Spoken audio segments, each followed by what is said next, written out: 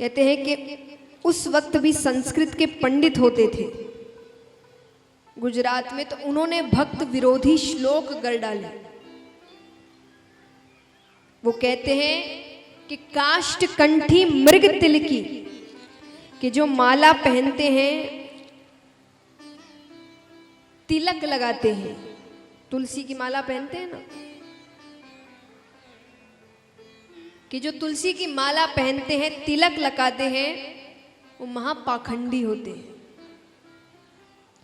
कि काष्ठ कंठी मृग तिलकी पाखंडी न संशय, और मूर्खा नाम लक्षणम चैते है तप मुद्रा धरो मिता, कि जो माला पहनते हो, टीका लगाते हो, तप करते हो, भक्ति करते हो, ये सब मूर्खों के लक्षण है।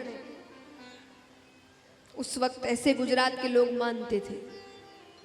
आज की बात बिल्कुल अलग है। आज तो गुजरात भक्ति का मुकुट है, बड़े बड़े भक्त हैं वहां पर, संत हैं वहां पर, लेकिन उस वक्त भक्ति बिल्कुल नहीं थी। तो नारद जी कहते हैं, उसने मुझसे कहा, लेकिन वृंदावन आकर मैंने अपनी यौवन अवस्था प्राप्त कर ली, पर जो मेरे पुत्र हैं वो अभी तक वृद्ध हैं, इनके लिए कुछ करिए। नारद जी कहते हैं, मैंने बहुत कुछ किया, कई वेदों के, ग्रंथों के, उपनिषदों के श्लोक कहे। मैं जब तक कहता वो चेतन अवस्था में रहते, होश में रहते। मैं जैसे ही चुप हो जाता वो वापस बेहोश हो जाते। मुझे कुछ समझ में नहीं आ रहा है कि मैं क्या करूं। आइए, जब तक नारद जी सोच रहे हैं कि उनको क्या करना है क्या नहीं,